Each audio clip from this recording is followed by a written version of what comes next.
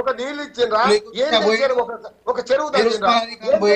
మీకు ఎట్లా మీరు నీళ్లు తెచ్చినట్టు అంటున్నారు? కాబట్టి ఇవన్నీ ఊకదంపుడు వ్యవహారాలు కాదు.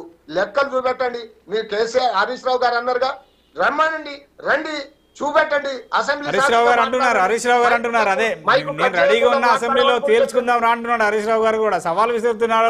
రేవంత్ రెడ్డి సవాల్ను స్వీకరించి మళ్ళీ ప్రతి సవాల్ కూడా విసిరాడు. హక్కుల కోసం ఎంత దూరం అయినా పోవడానికి సిద్ధంగా ఉన్నాం. చాలా బ్రహ్మాండంగా అన్ని రకాల మనకు కాంగ్రెస్ పార్టీ మొదటి నుండి గత 60 సంవత్సరాల నుండి లెక్కలతో సహా ఉన్నాయి. బీజేపీ పార్టీ, ఇటు తెలుగుదేశం పార్టీ, ఇటు కాంగ్రెస్ పార్టీ మూడు ఒక్కటై తెలుగు ఆంధ్రప్రదేశ్ ను బతికించడానికి పనిచేస్తున్నాయి తప్ప తెలంగాణ ప్రజల హక్కుని కాలు రాస్తున్నాయి. ఇది మా బాధ, మా ఆవేదన. ఉద్యమకారులుగా మా మానవతారాయ్ కూడా ఉద్యమకారుడే. ఆయన చెప్పాలి. ఇంకా అన్నా నువ్వు నాలుక గరుచుకుంటున్నావు, ముందు చెప్పాల్సింది వెనక చెప్పిన తర్వాత చెప్తున్నావు. కొద్దిగా చదువుకో అన్నా, కొద్దిగా నేర్చుకో అన్నా. ఒక్క నిమిషం మానవతరాయ్ గారు కాల రాస్తే ఎట్లా? రామ్మూర్తి గారు తెలంగాణ పేరు చెప్పి, ఉద్యమం పేరు చెప్పి అధికారంలోకి వచ్చారు. 10 ఏళ్లు పరిపాలించారు. నీళ్ళన్నీ వాళ్ళకి ఇచ్చారు. తెలంగాణ ఆత్మగౌరవాన్ని చేపల పులుసుకు తాకడ పెట్టారు. రోజా ఇచ్చాడు చేపల పులుసుకు తాకడ పెట్టారు. ఇది వాస్తవం. అసలు ఇది ఎక్కడ పంచాయతీ అండి? అంటే చేపల పులుసు తీసుకొస్తారు. రామూర్తి గారు ఒక్క నిమిషం వారు మాట్లాడండి. ఇప్పటిదాకా మీరు మాట్లాడారు కదా, మానవతరాయ్ గారు మాట్లాడిన తర్వాత మళ్ళీ మీరు మాట్లాడదు, మీకు అవకాశం ఇస్తాం. వెంకరెడ్డి గారు, పెద్ద మనుషులు ఎందుకు అలాంటి ఒక అభద్రతా భావంలో బతుకుతున్నారు మీరు? వాస్తవాలు చెప్పండి. మీకు అవసరమైతే ఆంధ్రోళ్ళు పంటితో బీగుతారు వాళ్ళ ముళ్ళుని. అవసరం తిరిగితే ఆంధ్రోళ్ళు దోసపోతున్నారు. ఆంధ్రోళ్ళ చంద్రబాబు వచ్చి ప్రగతి భవన్ లో తర్వాతనే కదా నాయుడు పేరెత్తకుండా బతకలేరు, మీరు రాజకీయాలు చేయలేరు. కానీ తెలంగాణ ప్రజలు అంత గొర్రెలు కాదు. మీరు ఏది పడితే చెప్పారు. ఎమ్మెల్యే మాట్లాడింది, ఎమ్మెల్యే మాట్లాడిండు. ఆంధ్రాలను ఎట్లా చేస్తారో అది అప్పుడే నీళ్ళు వస్తాయి. ఇక్కడ చాలా మంది చంద్రబాబు తొత్తులు ఉన్నారు.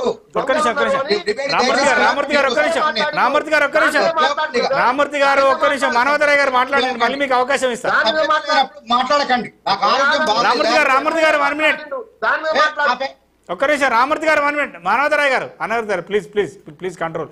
రామూర్తి గారు ఒక్క నిమిషం ఆగండి, మళ్ళీ మీకు అవకాశం ఇస్తా. మానవతరాయ్ గారు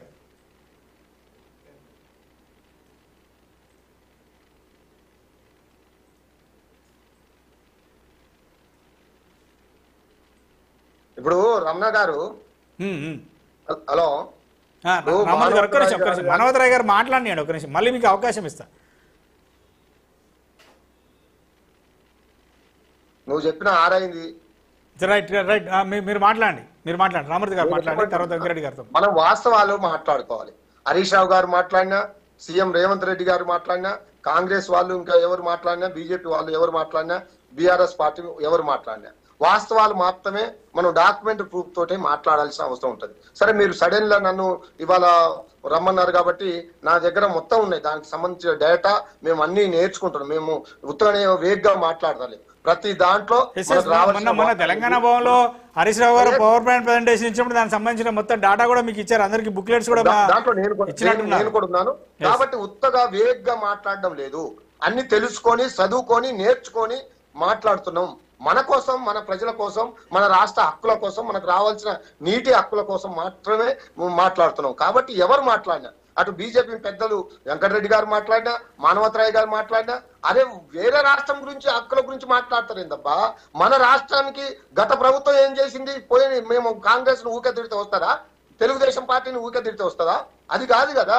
ఇప్పుడు ఏం చేయాలో, ఏం చేస్తే ఈ రాష్ట్ర ప్రజల హక్కులు కాపాడగలుగుతామో దాని గురించి ఆలోచించాలి. కానీ ఒక పక్క వాళ్ళు దోపిడీ దొంగల్లాగా అన్ని తలుపుకొని అన్నిటికీ పర్మిషన్ తీసుకొని, ఎందుకంటే వాళ్ళు బీజేపీలో పొత్తుదారులుగా ఉన్నారు, బీజేపీకి ఒత్తాసు వాళ్ళు అంతర్భాగం వాళ్ళు. కాబట్టి ఖచ్చితంగా మోడీ గారు మళ్ళీ ఇది తాత్కాలిక బ్రేక్ అయినప్పటికీ రేపు ఇస్తారు. అది ఇవ్వకుండా ఉండాలంటే మనం కోర్టులో గట్టి వాదన వినిపించి ఇగో తెలంగాణకు రావాల్సిన హక్కుని మనం సాధించుకోవాల్సిన బాధ్యత మనకున్నదా లేదా? వెంకరెడ్డి గారు మీ బలం చూసుకునే చంద్రబాబు ఇంత అరాచకంగా ముందుకు పోతున్నాడని ఆరోపణ.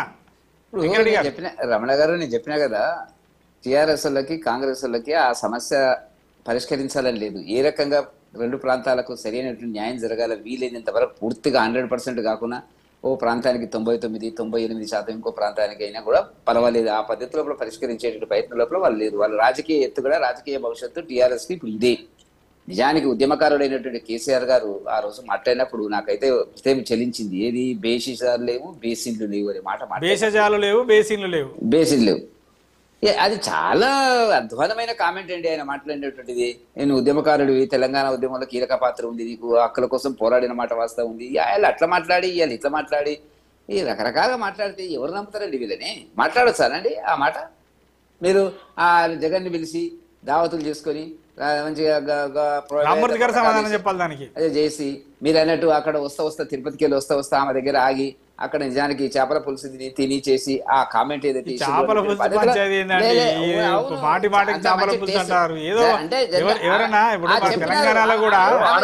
తెలంగాణలో కూడా ఎవరైనా చుట్టూ వస్తే ఒక అతిథి వస్తే మనం కూడా ఏదో మర్యాద చేస్తాం. మన దగ్గర అయితే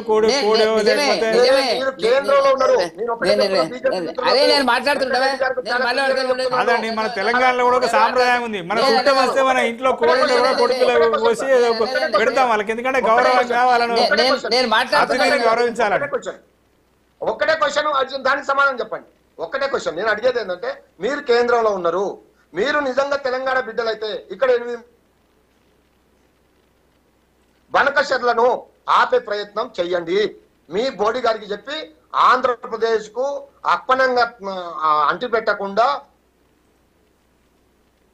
లొంగకుండా ఆయన ఇచ్చే కాయలాలు అందుకో మీరు చాలా క్లియర్ గా తెలంగాణ బిడ్డలుగా పోరాడండి, దాన్ని ఆపేయండి అని అంటున్నాం.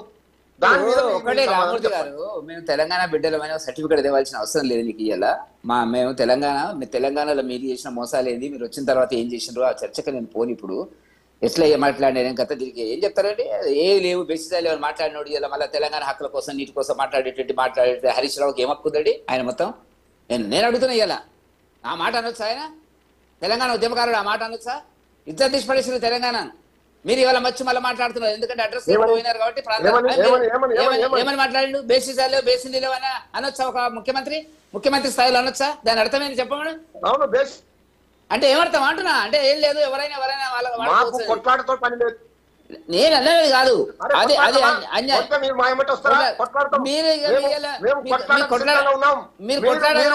మీరు కొట్లాడే తప్ప లేదు. ఇలా మీకు గదే అయింది, ఏం చేయాలో అర్థమైతే లేదు. ఇప్పుడు మొత్తం ఆంధ్ర వాళ్ళందరినీ తీసుకొచ్చి పెట్టి అన్ని ప్రాంతాలు ఒకటే అని చెప్పి మాట్లాడిన వాళ్ళు మీరు మాట్లాడుతున్నటువంటి అది కాదు పద్ధతి. సమస్య పరిష్కారం కోసం ఏం చేయగలుగుతాం? రెండు ప్రాంతాలు, రెండు తెలుగు రాష్ట్రాలు అనేటువంటి దానికి అన్నమంత మాత్రం చేత తెలంగాణకు అన్యాయం జరగాలని లేదు.